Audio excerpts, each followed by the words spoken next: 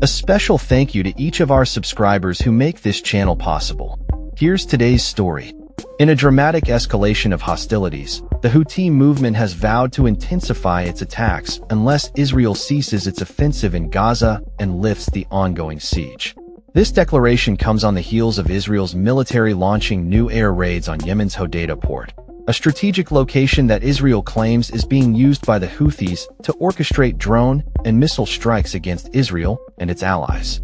Israeli Defense Minister Israel Katz stated on Monday that the military is actively countering any attempts to restore what he termed the terror infrastructure that had previously been dismantled. The Israeli military has asserted that the Houthi port serves as a conduit for weapons that facilitate Houthi attacks.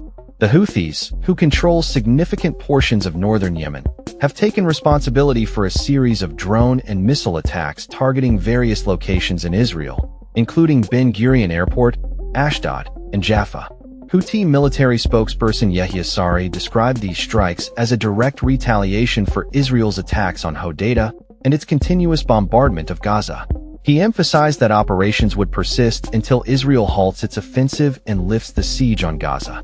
Since the onset of Israel's military campaign in Gaza in October 2023, the Houthis have escalated their attacks on shipping lanes in the Red Sea, framing their actions as expressions of solidarity with the Palestinian people in Gaza.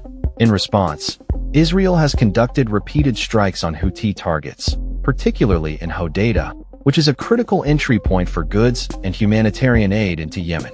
Katz warned that the Houthis would pay a heavy price for their missile attacks directed at Israel. Earlier this month, the Houthis claimed responsibility for an attack on the Greek-owned vessel Eternity Sea, an incident that maritime officials reported resulted in the deaths of 4 individuals. In May, a deal brokered by the United States had aimed to halt the Houthi bombing campaign in exchange for a reduction in attacks on international shipping. However, the Houthis clarified that this agreement did not extend to operations involving Israel.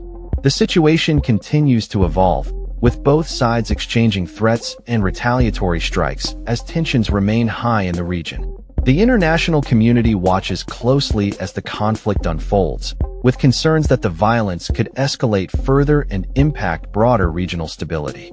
That's all for this story. We upload videos every day covering many different subjects, so hit that subscribe button to stay informed. Thanks for watching.